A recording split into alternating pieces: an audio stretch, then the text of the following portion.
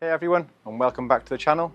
If you've been following along, you'll know that I've put a lot of time, effort and love into getting this right.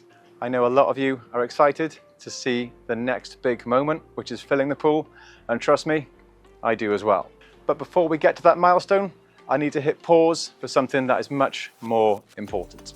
This video is by far the most important video that I'll make in this entire series. Because whilst pools are beautiful and fun, they can also be extremely dangerous for children, pets, and non-swimmers. Drowning is silent, it takes just seconds, and it's one of the leading causes of accidental deaths for children in the world. You might think it couldn't happen to you, but it does happen to people like us every day. Here in the UK, we don't have strict legal requirements for residential swimming pool safety that you get in a lot of countries in the rest of the world. This means the responsibility falls on us as homeowners and builders to take the initiative. If you're planning on building a pool, I highly recommend that you reach out to one of the local pool builders who will be registered and completely qualified in building a pool that is safe.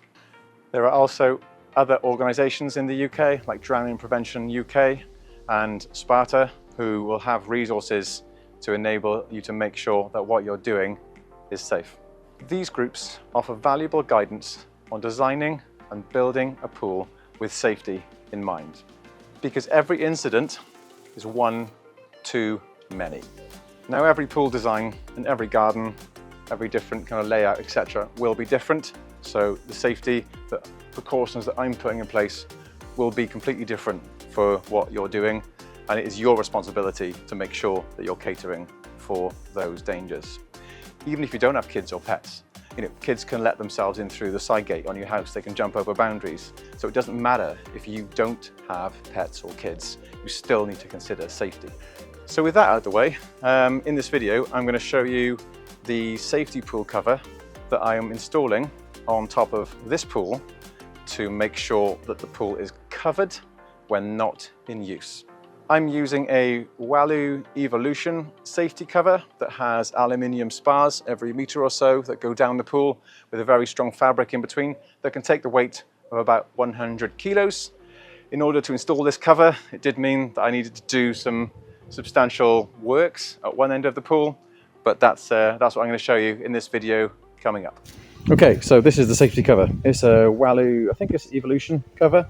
And it's a kind of safety cover, and it's got a series of aluminium spars that go through it with a really strong top.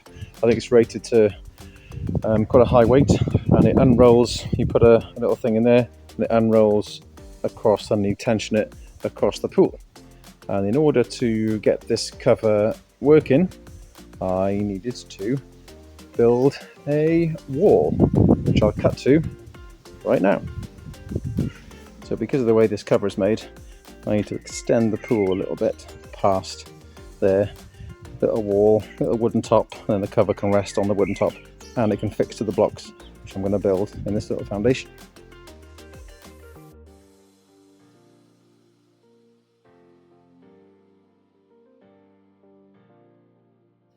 And there we go. The foundation has been reinforced with a bit of steel as done. The only reason I reinforced it is because I poured a bit of concrete there before for this footer and it cracked because I was a bit enthusiastic with the sledgehammer. So don't want that cracking. So little footer reinforced. That's part one.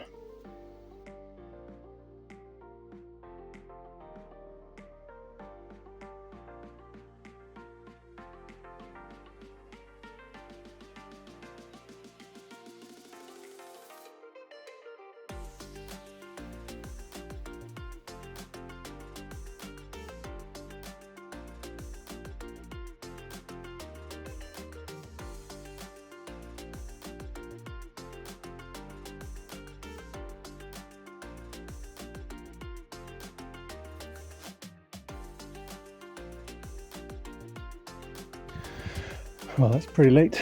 I just about got the 3 courses, maybe slight overkill.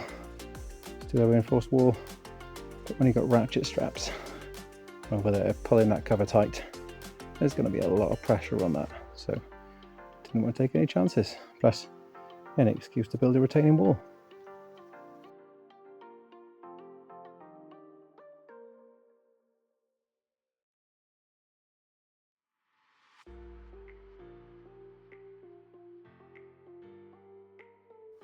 That's part one of the first part of the temporary kind of safety cover mount. This will all need to be done in steel probably for it to last. But yeah, the cover's going to roll over there, but you'll see when I do it. That's the construction progress. So it's important to note that this is temporary, just to get us up and running. Yeah, angle brackets on there, and just a bit of old ply that I use for the shuttering across. I can put some fixings in it down there, maybe just 4 fixings initially, to be able to secure the end piece of aluminium to this end, and then we can unroll it and get tension on it. And once that's done, we can turn the hose on. I know it's not the prettiest, but it will be. We'll have nice either sort of decking, maybe composite decking, or even tile across there to match around with the pool, and then some sort of nice cover on there as well. And then we'll maybe do that in the same slates that we've got on the back of the house over there, which will be nice and matching as well. But yeah, means to an end at the moment. But that is going to take the weight, hopefully, of the tension of that cover.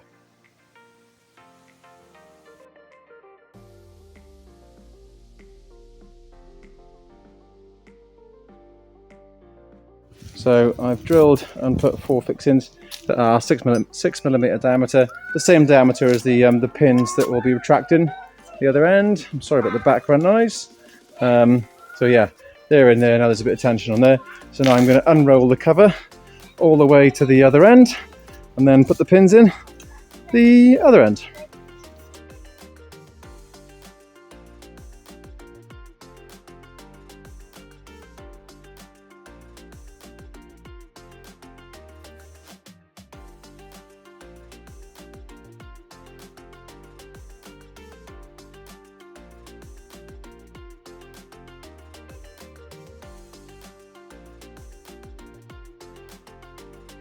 Okay, so to close the cover is a bit of web that gets rolled up.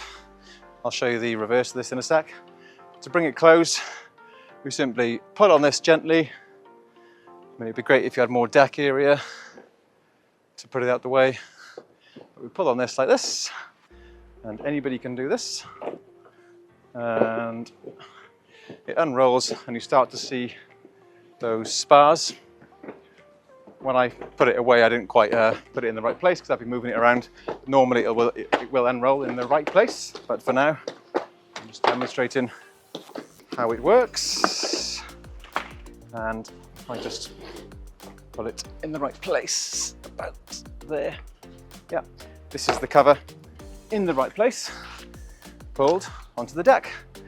And now I'll show you the fixing of this cover into these fixings, and we'll do a little close-up of that. So earlier you saw me fix these pins in, which are retractable. I like to put some new ones in when I put the finishing on top, but these pins fit to these ratchet straps. So if I put the ratchet strap like this, the cover has got a bend, so we can put the pin in there like so, and then this is just one I'll use as a demo, goes in there like that. And then what will happen is you ratchet this strap like so, and it will tension the cover with quite a lot of pressure. And to get this off, even I find it difficult. So once you've got a nice bit of tension, to remove this strap, this is one of 4, it is not easy. So a bit of pressure on there like so, and then a lot of pressure is required on there to do that, to release it. My 2-year-old and 4-year-old will struggle with doing that, or 5-year-old, sorry. Yeah, so that's how you tension it and then release it. There's 4 of these. I need to release it a bit more in order to get the cover off.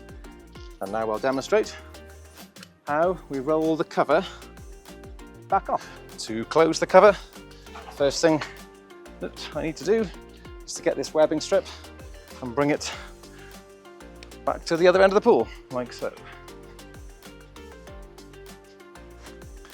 And we put this in place a bit nicer than my previous attempt, like so. We can bring this all the way to this end of the pool, pull that a little bit. And then we have a stainless steel winder that I can use to roll it back up. I think there's a power version of this, but not sure if you can see me. Am I out of shot? Then we just start by winding it back in. They say it takes 3 minutes. I think it takes a bit less. And then you start to wind it in like so.